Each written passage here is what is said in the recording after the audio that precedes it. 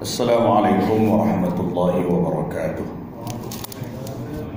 Alhamdulillahi rabbil alamin wa bihi nasta'in ala umuri dunya waddin wa la udwana illa ala zalimin. Assalatu wassalamu ala ashrafil anbiya'i wal mursalin wa ala alihi wa ashabihi ajma'in, amma ba'du. Qala Allah tabaraka wa ta'ala fi kitabihil karim, a'udzu billahi minasy syaithanir rajim. Innal ladzina qalu rabbuna Allah tsumma istaqamu tatanazzalu 'alaihimul malaikah alla takhafu wa la tahzanu wa abshiru bil jannati allati kuntum tu'adun. Shadaqallahul azim. Hadirin hadirat, musyahidin musyahidat yang dikasihi dan dirahmati Allah. Syukur alhamdulillah kita ucapkan kehadirat Allah Subhanahu wa taala atas segala nikmat dan rahmat yang berbeza, yang berlainan serta tidak sama yang diberikan oleh Allah kepada kita dalam sepanjang kehidupan ini sejak kita lahir sehinggalah ke saat ini. Tidak dapat dihitung, tidak dapat dijangka serta tidak dapat dihisab berapa banyak apa yang Allah telah beri. Yang pasti bahawa seluruh kehidupan kita adalah nikmat rahmat yang diberi oleh Allah Subhanahu wa taala. Tidak ada jalan laluan daripada tempat yang lain melainkan daripada Allah jua.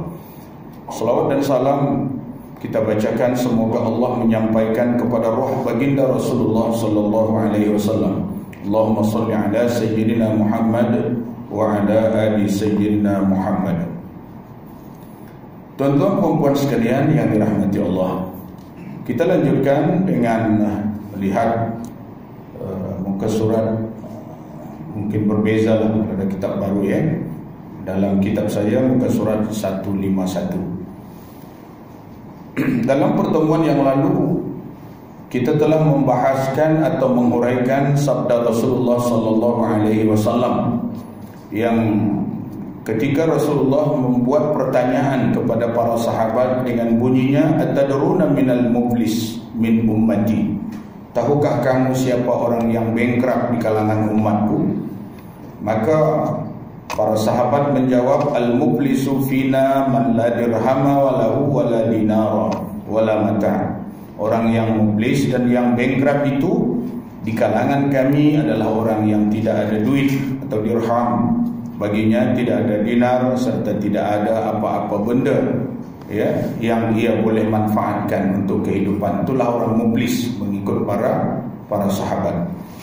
Maka Nabi sallallahu alaihi wasallam mengatakan, al-muflisu min ummati man ya'ti yaumal qiyamah bi salatihi wa siyami.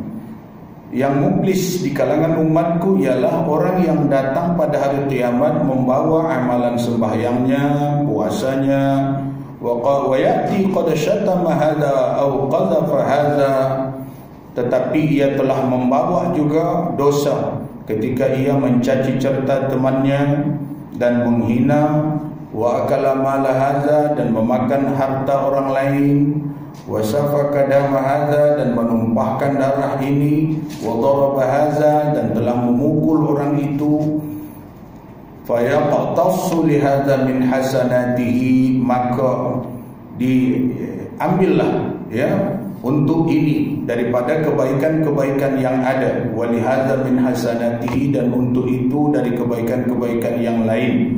Fa iza faniyat hasanatuhu, bila sudah habis kebaikan-kebaikan yang ada, qabla an yaqdiya ma alaihi, sebelum lagi selesai kesalahan-kesalahan yang lain untuk menebusnya, ukhiza min khotoyahum, diambil pula lah kesalahan-kesalahan orang ramai ya, faturihat alaihi, dicampakkan kepadanya, summa turihat finnar, kemudian dengan dia sekali diumbankan ke dalam api neraka.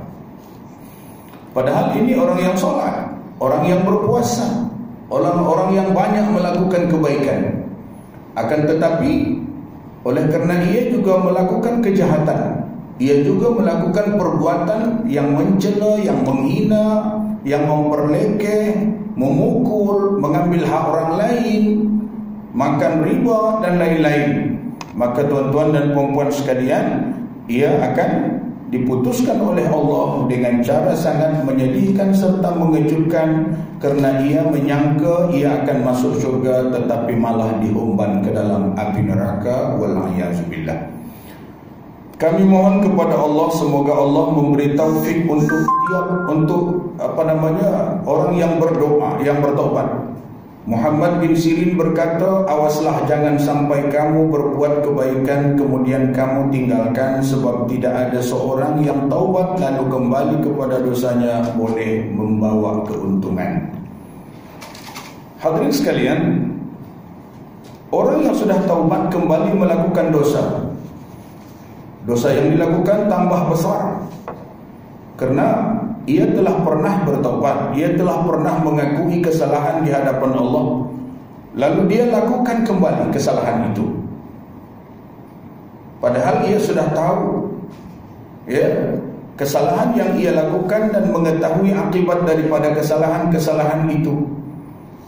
Itulah sebabnya bila kita mengkisahkan beberapa kisah, di antaranya kisah yang sangat hebatlah bagi pengetahuan kita, seorang yang telah membunuh 99 manusia, kemudian tambah lagi seorang, yaitu seorang pendeta yang tidak memberi kepadanya jalan keluar, maka dibunuh lagi orang itu sehingga genap 100. Tetapi oleh kerana keinginannya yang ingin bertaubat kepada Allah Subhanahu wa taala, dipertemukanlah ia dengan seorang lagi pendeta, yang pendeta ini adalah pendeta yang baik. Maka diberitahulah kepadanya syarat-syarat bertaubat dan kemana ia akan pergi. Bagi orang ini, dia tak kisah apapun yang akan dia buat, asalkan Allah masih lagi mau menerima taubat dia.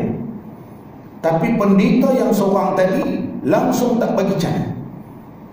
Tidak ada lagi laluan untuk kamu bertaubat, sebab dosa yang kamu lakukan itu sudah terlampau besar. Satu orang saja pun bunuh macam membunuh manusia semua, apalagi dah 100 orang.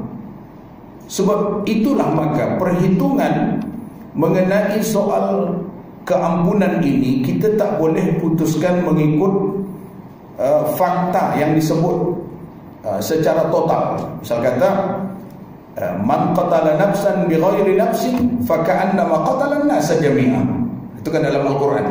Siapa yang bunuh satu orang, satu jiwa, dengan tidak ada sebab munasabah, bukan orang ni orang yang bunuh orang, bukan orang ni orang yang patut dibunuh, maka ia telah membunuh manusia dan jiwa keseluruhannya. Jadi dia kias, ikut pendeta yang seorang tadi ni, dia kias di situlah, seorang saja pun dah macam tu punya banyak, apa punya besar dosa dia, apalagi lah 100 orang, 99 orang. Dia ngap lagi sekali, jadi dia sekali mati 100 orang. Kerana itu maka ulama-ulama yang mendapat soalan atau meminta pandangan daripada mana-mana pihak yang bergelumang dengan dosa, jangan terlalu straight lah, ya. Jangan terlalu straight. Nanti orang tak nak taubat sebab dia tengok laluan itu susah. Kita malah memberi laluan yang mudah kepada orang yang berdosa kalau nak taubat, supaya dia nampak dia masih punya peluang. Jangan malah dimatikan peluang yang ada, walaupun memang asalnya begitu. Tuan-tuan dan puan-puan sekalian yang dirahmati Allah Subhanahu wa taala, kerana itu yang telah bertaubat hendaknya mengingati selalu pada dosanya. Ingat selalu dosa itu. Kalau dah taubat, seakan-akan berada di hadapan matanya, supaya tetap bertaubat, banyak membaca istighfar, mensyukuri nikmat Allah, hanya kepadanya dapat bertaubat, juga memikirkan apa yang dijanjikan Allah dari nikmat yang ada di akhirat bagi orang yang beramal saleh, supaya rajin beramal saleh dan menjauhi daripada dosa.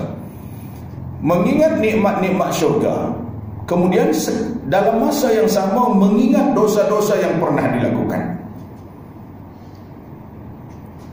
Dosa yang dibuat, yang telah dilakukan akan pasti menjadikan dia ketakutan. Untuk tujuannya untuk tidak kembali kepada perbuatan yang salah itu, tujuan dia. Mengingati nikmat Allah Subhanahu wa taala yang dijanjikan ya bagi orang yang beramal soleh, bagi orang yang bertaubat, bagi orang yang melakukan pengabdian sebenar-benar kepada Allah, akan mendorong ia untuk melakukan amal lebih banyak. Jadi dua-dua perkara itu sangat penting. Dosa yang dilakukan diingati selalu supaya tidak kembali ke sana. Ingat nikmat yang disediakan Allah dalam ayat yang dibaca Imam Maghrib tadi, ya. Apa namanya? Ayat itu dikata apa?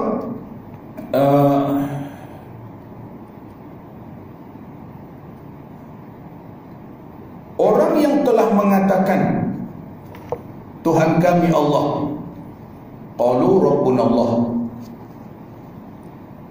summa istaqamu, kemudian mereka istiqamah. Istiqamah beramal, istiqamah dalam berbuat baik.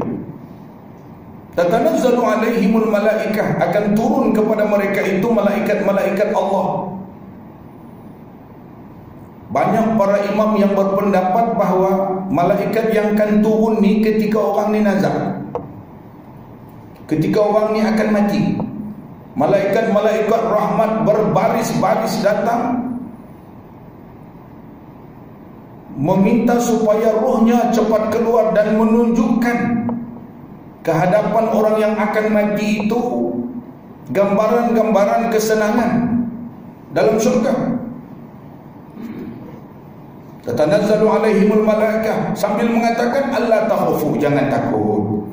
Cobaan ketika itu memang banyak, hambatan ketika itu memang banyak, tapi malaikat rahmat dah mengatakan alla takhafu, jangan kamu takut.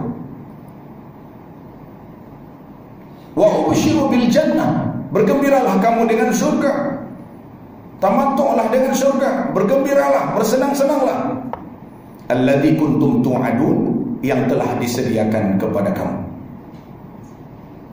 Jadi Allah dah minta supaya para malaikat ini mempertontonkan, menunjukkan bayangan-bayangan surga, tempat-tempat yang akan dia diami, teman-temannya yang akan berada di situ. Dah ditunjuk dah. Ini kan pasti membawa kemudahan untuk keluarnya roh. Ada yang berpendapat berita ini sebenarnya tidak didengar oleh telinga, tetapi didengar oleh pendengaran hati. Bisikan-bisikan yang datang ketika kita seperti ini, seperti solat, seperti ketika kita berada di tempat-tempat di mana-manalah. Pendek kata, ini sebagai satu bentuk penjagaan supaya jangan kita terkeliru dengan tujuan yang akan kita pergi ke sana. Artinya ditetapkan terus oleh Allah Subhanahu wa taala menerusi para malaikatnya. Beruntunglah orang yang sentiasa mendapat peringatan dan panduan sebegini dalam hidupnya. Mungkin kita adalah orangnya, sebab setakat ini alhamdulillah kita telah melakukan kebaikan dan tak terfikir kita nak melakukan kejahatan lagi. Tuan-tuan dan puan-puan sekalian, Zaid bin Wahab daripada Abi Dzar radhiyallahu anhu berkata, saya bertanya,